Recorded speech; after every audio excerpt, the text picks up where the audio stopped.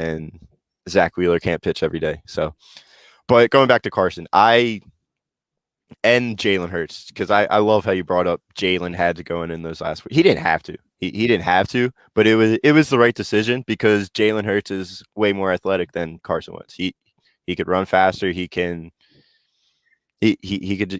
ball. He could ball unless there's a double spy on him. And I said that from the beginning. I pointed it out. We could go back to our podcasts. I said it's great that he just beat the number one defense in the league, being the Saints. But what happens when you get film on him? You see what's been happening to Lamar Jackson.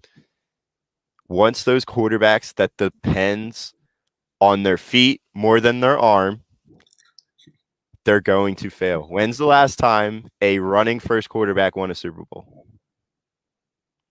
You got it to be a it's never happened. To be a quarterback, a successful quarterback in the NFL, you need to depend on your arm rather than your legs. That's why Russell Wilson has a Super Bowl ring, because he depends on his arm rather than his legs, and he knows when to use his legs in the right situation. He just totally annihilates defense when a spy goes on. Give me Wentz all day. Preach, Jimmy. Tom, I can't agree with you more. Yeah, Jalen Hurts. I really. This will become a thing. I feel like more in the midseason. We're in the off season rather, because, like I said earlier, Carson Wentz and Jalen Hurts, they need to compete for this spot. This spot isn't given. Nothing's given. I disagree. I 100% disagree. He's you gave him $130 million to be your franchise quarterback, and then you gave him dog shit to work with. You gave him absolute dog shit. You gave him no coaching, and I'm going to stay with this for a while. I'm going to be Mr. Excuse Man for Carson. You gave him no Doug Peterson.